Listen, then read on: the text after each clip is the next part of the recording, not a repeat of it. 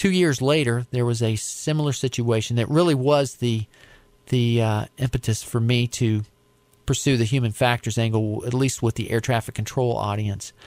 We had a air traffic controller at Pope Air Force Base, which is in Fayetteville, North Carolina. Pope was a small little Air Force base surrounded by a massive Army complex called Fort Bragg. At any rate, they do a lot of parachute jumping and things like that there at Pope for their paratroopers. At any rate, there was a controller that was working down there, and he had a F-16 fighter jet coming in for a what we call a simulated flame-out SFO approach, where he basically practiced a lost engine, descending out of 10,000 for the runway, 10-mile final, 10,000 feet, basically descending 1,000 feet per whatever minute there, and it comes in, and the controller tried to put a C-130 Hercules in front of the F-16. As some of you may know, the C-130 is painted camouflage. Well, it used to be. Now it's I think it's just more of a dark gray. But back in the day, they were back in the mid-1990s. They were camouflaged. And as the F-16 pilot got his landing clearance, he was looking down on the C-130, but the C-130 Hercules was blending in to the pine forest. So the F-16 pilot, never saw the C-130 until he hit it. Basically, he clipped the wing of the aircraft of C-130. Didn't hurt the C-130. I mean, it did some superficial damage to it, but the F-16 suffered catastrophic damage. The pilot had to eject, and when he did, they were so close to the runway that the aircraft kept going and flew into a parked C-141, a big cargo airplane that's since been retired.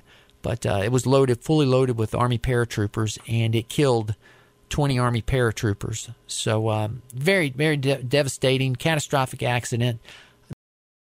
At this point in time, the Air Force had suffered 3 major mishaps involving multiple loss of lives. This was right around 1994.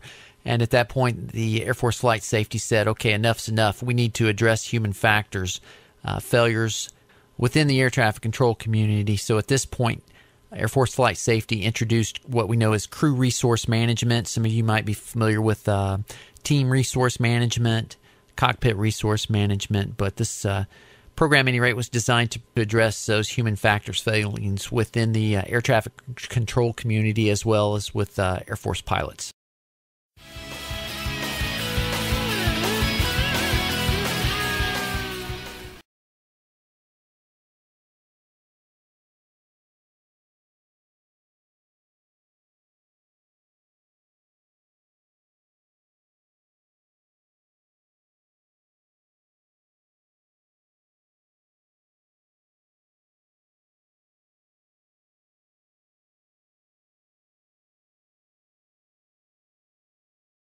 Now, in your time as an air traffic controller, have you experienced any terrorist or hijacking situations that you're willing to talk about? No, Alan, I've never had any run-ins with hijacking or terrorist events or anything along that lines.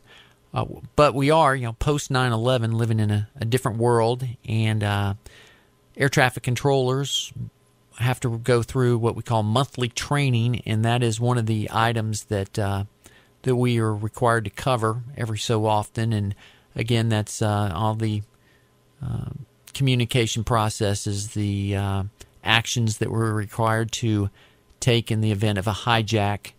And it is something that's on all of our minds. What happened on that day on 9/11. And hats off to the guys and girls that had to interpret what was going on, try to make sense of it, see it unfold on TV. I can just imagine the adrenaline that was going through them as they were working that, and knowing that this was real, that this wasn't a training event. But again, it is something that's always in the back of our minds. We do look at situations a lot differently now, where before we just, if we had a guy circling out near the city, we just figured he was sightseeing. Now we have certain procedures that we will implement in situations like that if we deem them to be cause-worthy.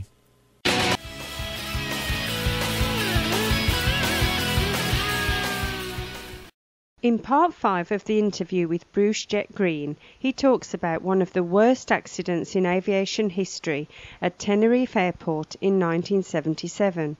The story gives a great example of human factors. To revise vocabulary from this interview, visit our blog at www.aviationenglishworld.com. Thank you for watching.